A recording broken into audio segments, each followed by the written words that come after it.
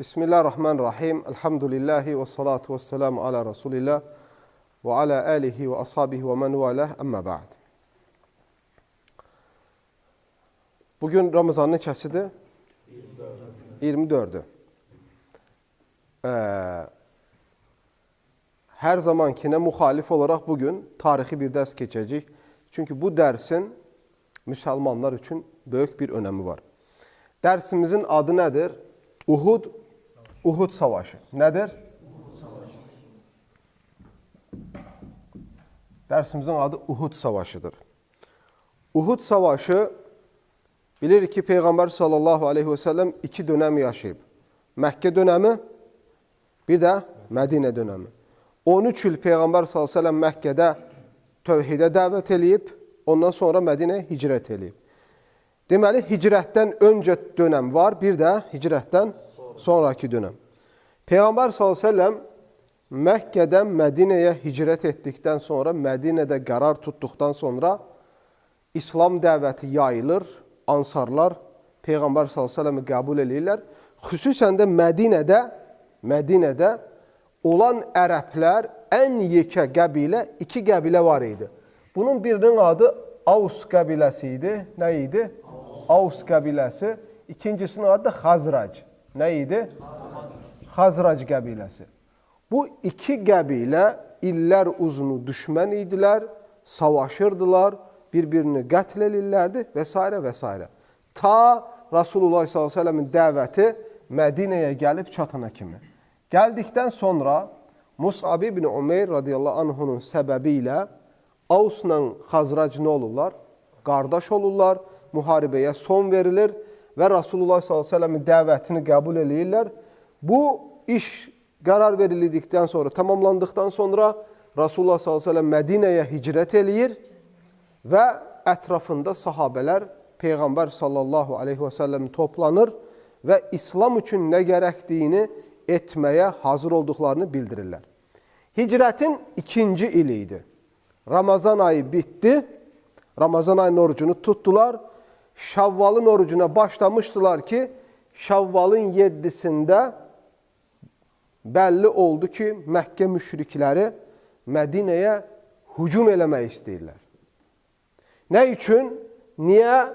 Hicrətin ikinci ili Şavvalın 7'si. Çünki Uhud döyüşündən öncə nə döyüşü baş vermişdi? Bədir döyüşü. Neçənci il idi? Hicrətin ayın ikinci ili idi. Bədir döyüşündə kim qalib gəlmişdi? Müsəlmanlar. Və Bədir deyilən bölgədə Məkkə müşriklərini talan eləmişdilər. Məkkə müşriklərinə bu böyük bir dərs olmuşdu. İntiqam almaq istəyirlərdi. Və nə etdilər? Yəmənə, Taifə, bütün Ərəbistan yarımadasında olan tanıdıqları qəbilələrin hamısından kömək, dəstək, pul, at, dəvə, silah nə bacardılar, topladılar. Böyük bir ordu ilə o zamanın şərtlərinə görə hazırlaşırlar. Peyğəmbər s.ə.v və sahabələrindən intiqam almaq üçün yola düşürlər. Və Şavvalın 7'sində hicrətin ikinci ili gerçəkləşir Uhud Savaşı. Nə qədər? Uhud Savaşı. Peyğəmbər sallallahu aleyhi və səlləm eşidəndə ki, Məkkə müşrikləri, Qureyş gəlir savaş üçün, Mədinədə sahabələrini toplayır. Sahabələr Mədinədə 3 qismə bölünürlərdi. Yəni 3 qrupa deyəlim. Yəni o qrupa demirəm ha. Yəni bilək sadəcə. Üçüncüsü hansılar idi? Muhacirlər. Kimlər? Muhacirlər. Peyğəmbər s.ə.v Avs qəbiləsini toplayır, Xazrac qəbiləsini toplayır. Bunların ikisi də ansarlardır, Mədinə əhlidir. Bir də kimləri? Muhacirləri. Məkkədən iman eləyib Mədinəyə İslamı yaşamaq üçün gələnləri. İstişarə eləyir ki, Məkkə müşrikləri Mədinəyə savaşa gəlirlər, biz bu savaşı harada gerçəkləşdirək? Peyğəmbər s.ə.v-in özünün istəyi bu savaş harada olsun? Mədinənin içində olsun bu savaş. Niyə? Çünki savaşda, savaş elmində belə bir taktika var ki, şəhər əhli şəhərin içini başqalarına daha yaxşı tanıyır. Düzdürmü? Məsələn, gələn düşmən bizim kəndin girişi, çıxışı harda gizlənilir, hardan hücum olur, bunu bilirlərmi? Bunu bilmirlər. Kəndimizi kim tanıyır? Biz yaxşı tanıyırıq. Ona görə həmişə iç savaşlarda şəhər əhli udur. Qıraqdan gələnləri qətl edirlər. Rasulullah s.ə.v savaşın harda gerçəkləşməyini istəyirdi? Mədinədə. Lakin Mədinə əhlinin çoxu istişarə edir ki, ya Rasulullah, imkan varsa savaşı biz Mədinənin kənarında eləyək. Burada qadınlar var, uşaqlar var, yaşlılar var. Bu daha uyğun ola bilər. Zaten Rasulullah s.ə.v istişarə edirdi. Komutanlarla, generallarla və bilgin adamlarla qərar verildi ki, müşriklərin qabağı harda kəsilsin? Uhud. Uhud dağının yanında və savaş Uhud dağında gerçəkləşsin. İndiki Mədinə qardaşlar, təxminən Mədinə şəhəri bu formadadır forması. Yəni, Mədinə şəhəri bir dairənin içindədir, hal-hazırda. O vaxtı da Mədinə dediyimiz Peyğəmbər s.ə.v-in məscidinin ətrafında olan surlardan ibarət idi. Yəni, Mədinə surların içində idi. Başa düşdükmü? Peyğəmbər s.ə.v dönəmdəki Mədinə ilə Uhud dağının arası təxmini ölçsək 4 kilometrdir. Nə qədər? Təxmini 4000 metrədir. Yəni, uzaq sayılırmı? Uzaq sayılmır. Uzaq sayılmır. Və sahabələr məsləhət görür ki, müşriklər zaten Mədinəyə bu yöntəmlə gələcəkdilər. Başa düşdükmü? Mədinənin qərb tərəfindən gələcəkdilər. Qərbindən gələcəkdilər. Sahabələr dedilər ki, ya Rasulullah, biz onların önünü Uhud dağının yanında kəsək. Rasulullah s.ə.v qərar verdi, birləşdilər, hazırlandılar və Uhud dağının yanında Qureyşin ordusunu, Məkkə müşriklərin ordusunu qarşılamağa, orada savaşın meydana gəlməsinə qərar verildi. Peyğəmbər s.ə.v deyəndə ki, belə bir hadisə var, kim savaşa hazırdır gəlsin. 1000 nəfər Mədinədə əli silah tuta bilən, döyüşə bilən mücahid var idi. 1000 nəfər döyüşə bilən, Rasulullah s.ə.v yanında ola bilən adam var idi. Peyğəmbər s.ə.v bu rəqəmi görəndə ki, o zamanki Mədinənin şərtləri ilə 1000 nəfər uyğun bir rəqəm idi.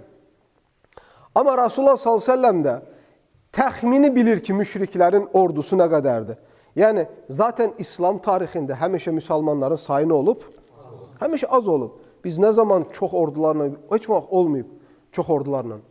Məkkə müşrikləri, qardaşlar, 3000 dənə piyada ayaq üstə döyüşən əskər hazırlamışdı. 3000 dənə piyada. 700 nəfər qalxanlı, dəmir paltarı, zirehli, ön səfdə döyüşə bilən xüsusi spetsnaz deyək, xüsusi özəl hərəkəti var idi. 200 dənə atları var idi. Nə qədər? 200 atla gəlmişdilər, 3000 də dəvə ilə. Nə qədər? 3000 də dəvə ilə. Yəni, düşünün, 3000 dəvə, 200 at, 700 özəl hərəkat, özəl ön səfdə döyüşən zirehli əskərlər, 3000 də ekstra olaraq döyüşənlər. Nəyin qarşılığında? 1000 nəfər Peyğəmbər s.ə.v ətrafında olan bu imkanları daşımayan əskərlərin qabağında. Peyğəmbər s.ə.v Şavvalın 7-si fəcr namazından sonra sahabələri toplayır, o tərəfə gedir. Və gedərkən Mədinə ilə Uhud dağının arasında, müsəlmanların arasında bir münafiq var idi. Əslində bu, Mədinədə Peyğəmbər s.ə.v yanında görünürdü, Peyğəmbər s.ə.v dəstəkləyirdi. Mədinədə başçı olmaq istəyirdi. Avs və Xazrac qəbiləsinin başına keçmək idi. Onun adı da Abdullah ibn Ubey ibn Səlul. Allah ona lənət eləsin. Bu adam yarı yola çatdıqda savaş meydanına Peyğəmbər s.ə.v sahabələrinə başlayır şübhələr atmağa. Vəsvəsələr atır, hara gedirsiniz? Hamınız məhv olacaqsınız. Siz gəri qayıdın ki, zaten bu gedənlər dedi, hamısı öləcəklər, bunların axırıncı günüdür. Məhəmməd Peyğəmbər s.ə.v də öləcək, sahabələr də öləcək. Bugün qaçış yoxdur. Siz qayıdın ki, gəlib sonra Məkkə müşriklər sizin arvad uşağınıza əl qoymasınlar. Kim sizdən qayıtsa o salamat qalacaq, özünüzə yazığınız gəlsin. Şübhələr verir, 300 nəfər Peyğəmbər s.ə.v yarı yolda ortadan ayrılır. 300 nəfər geri qayıdır. Nə qədər adam qalır? 700 nəfər qalır. Və bu 700 nəfər, sən təsəvvür elə, müşriklərin ordusunda olan zirehli 700 əskər kimi zirehli deyirlər. Hətta bəzi sahabələr sadəcə özü gəlmişdi. Əlində silahı yox idi. Yəni, ehtiyat gəlmişdi ki, birdən nəsə olsa, oradan silahı mən götürüm. Hətta o 700 nəfər tam olaraq hazır zirehli paltarla, silahla gəlməmişlər. Amma fiziki olaraq orduydular. Buna baxmayaraq, Rasulullah s.ə.v geri dönür mü qardaşlar? Xeyr. Peyğəmbər s.ə.v buyurur, Məstəqbəltu min əmri, məstədbərtu anhu. Önəmli bir komutan sözü. Mən bir işə yönəldimsə, əsla geri çəkilmərəm. Karar verilmişdir. 300 nəfər gəlirlər müşriklərdən öncə. Müşriklər təxminən bu Uhud dağıdır qardaşlar. Uhud dağının uzunluğu 7 kilometrdir. Nə qədər? Enliliyi isə 3 kilometrdir. Nə qədər? 3 kilometrdir. Hündürlüyü isə 1077 metrədir. Müşriklər təxminən Uhud dağının gün batanında olarkən Peyğəmbər s.ə.v və sahabələri gəlirlər Uhud dağının yanında olan Oxçular dağı deyilir. Cəbəlur Rumat. Gəlirlər oraya. Çatanda Peyğəmbər s.ə.v-in savaşın bu istiqamətdə olmağını istəyir. Buradan bir qırmızı işarə çəkmişəm. Görürsünüz bunu? Əlini qoy belə, kinoda, sinemada oturmamışsınız. Düzgün, düzgün. Bu gördüyünüz qırmızı işarə əslində bir kanaldır, bir dərədir. Buradan adətən su axırdı. Nə axırdı? Bax, su. Burada su var idi, burada Uhud dağı var, burada meydan var və burada oxçular başına çıxmaq üçün çox da hündür olmayan bir dağ var. Peyğəmbər s.ə.v bura gəldikdə bir taktik çizir. Sahabələrə deyir ki, baxın belə eləyəcək. Mən sizi böləcəm 4 qrupa. Savaş komutanı, generalı kimdir? Peyğəmbər sallallahu aleyhi və səlləm. Mən sizi böləcəm neçə qrupa? 4 qrupa. Birinci qrup olacaq muhacirlər. Muhacirlərin hamısını cəm eləyəcək. Başlarına komutan olaraq kimi qoyur muhacirlərin? Mus'ab İbni Ömeyr. Mus'ab İbni Ömeyr kimin komutan olur? Muhacirlərin başında. İkinci Avs qəbiləsini çağırır. Avs qəbiləsinin başına Useyd İbni Hudeyri qoyur. Kimi? Useyd İbni Hudeyri. Xazrac qəbiləsini çağırır. Başına Əl-Həbbəb İbnil Munziri qoyur. Kimi? Əl-Həbbəb İbnil Munzir. Bu üçünü yerləşdirir. Savaş yerinə, siz təsəvvür eləyin, savaş harada olacaq? Burada. Dərə ilə Oxçular dağının arasında. Burada yerləşir muhacirlər, burada yerləşir ansarlar, burada yetişir Avs, burada Xazrac, burada da kimlər? Muhacirlər. Avs, Xazrac və muhacirlər. Müşriklərin yolu isə buradan belə gələsidir və burada savaş olasıdır. Oxçular dağının üstünə isə Peyğəmbər s.ə.v 50 dənə oxçu mindirir. 50 dənə oxçu çıxardır ki, burada meydanda nə olursa olsun, siz bu dağdan aşağı meydana nə edəcəksiniz? Emməyəcəksiniz. Siz bizim arxamızı qoruyacaqsınız.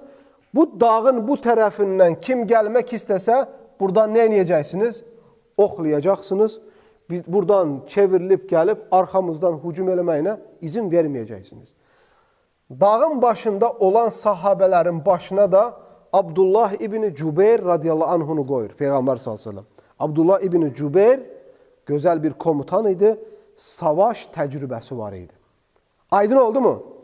Məkkə müşrikləri gəldilər, Uhud dağının yanına, suyun yanına çatanda gördülər ki, müsəlmanlar hazırdır. Nədirlər müsəlmanlar?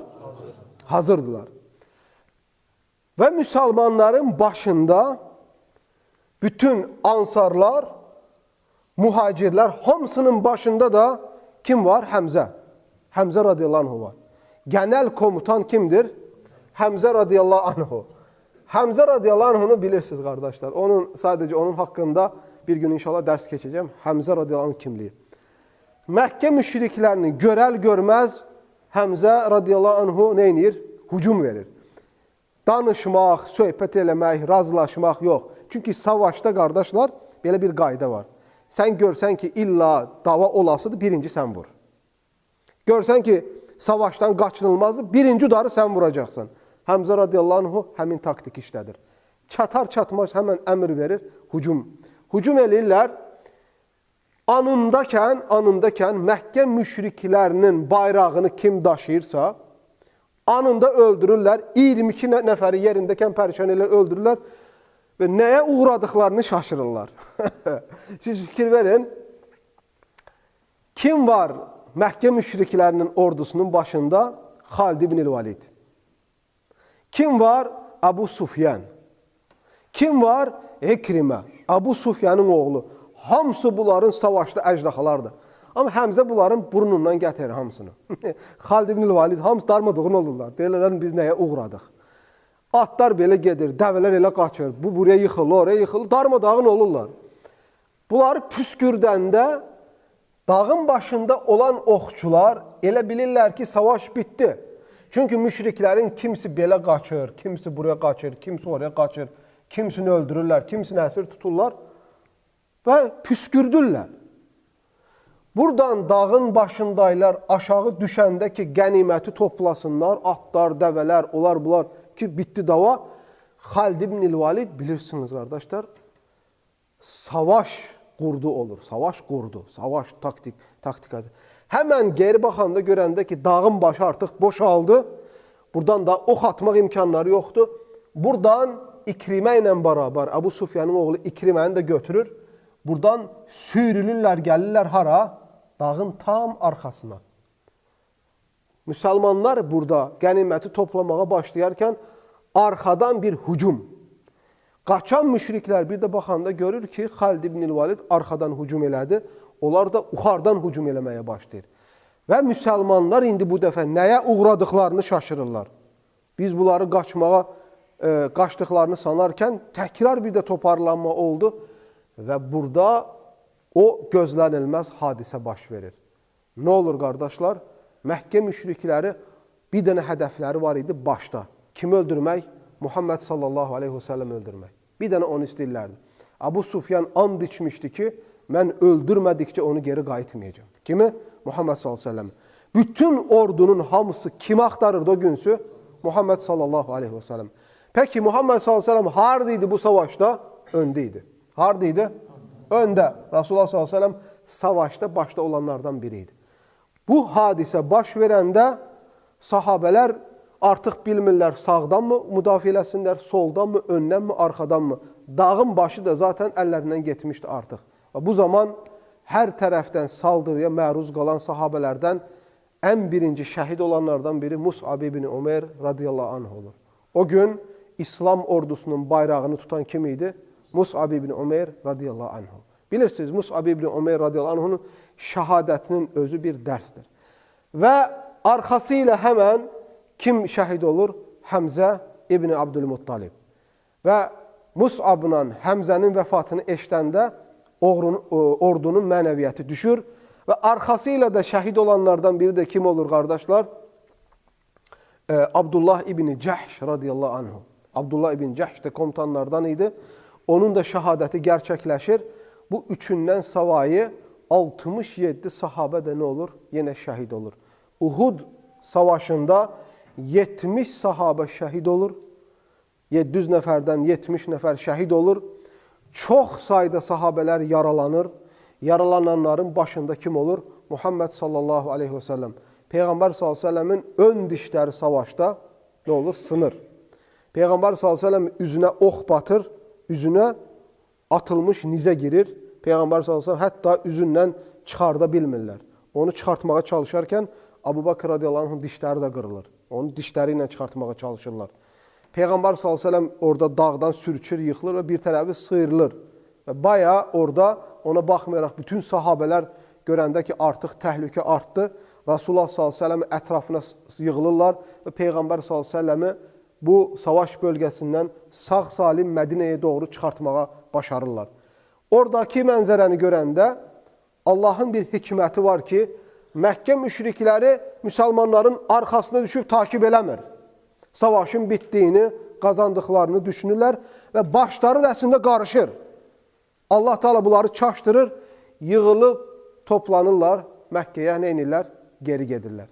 Sonra müsəlmanlar biraz çəkildikdən sonra Peyğəmbər s.ə.v deyir, sahabələrə baxın, görün kimlər yoxdur. Tabii ki, aralarında baxırlar, kimlərin olmadığını öz aralarında danışırlar. Sonra müşriklər uzaqlaşdıqdan sonra təkrar sahabələr haraya gəlir? Döyüş bölgəsinə.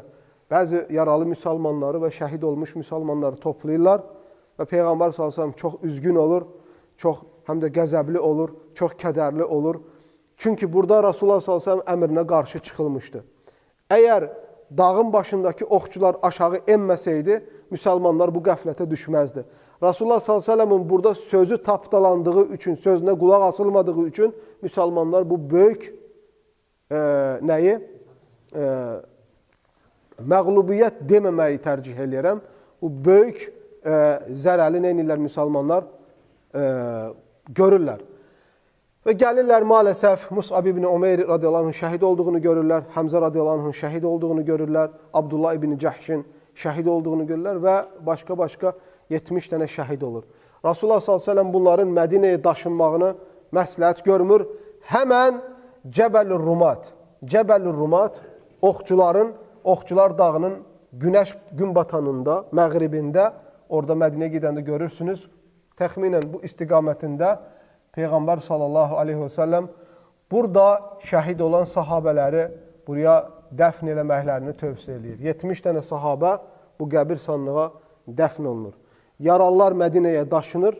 Peyğəmbər sallallahu aleyhi və səlləm az bir müddət nəfəs aldıqdan sonra təkrar orduyu toplayır, müşriklərin arxası ilə savaşı davam etdirməyə gedir. Bunu başqa vaxt keçəcək. Lakin burada bilməmiz gereken şeyler var kardeşler. Birincisi, bu olaydan çıxardılan dərs odur ki, eğer bir toplum başçılarına itaat etmezse uduzmağa məhkumdular. 2. Savaş her zaman sabitliği istəyir, bir də səbir istəyir. Tələsməməlisən. 3-cü dərs odur ki, heç bir zaman müvəqqəti qələbəyə sevinib qürurlanmamalısan. Çünki ibrət hər zaman sonuçdadır. Müvəqqəti bir üstünlük oldusa, müvəqqəti bir qələbə oldusa, bunu mütləq qələbə sanaraq rahatlamamalısan. Mütləq qələbə ən sonunda. Ona görə bundan da daha çox dərslər çıxartmaq olar.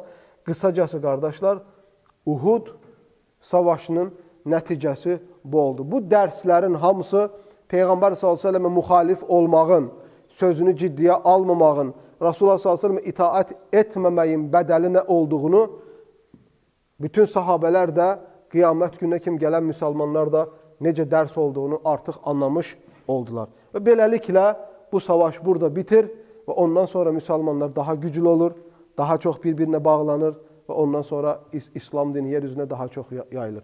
Allah Azze ve Celle bizləri Peyğəmbər s.ə.və Həmzə ilə, Mus'ab ibn Umeyr ilə, Abdullah ibn Cəhş ilə həşr eyləsin.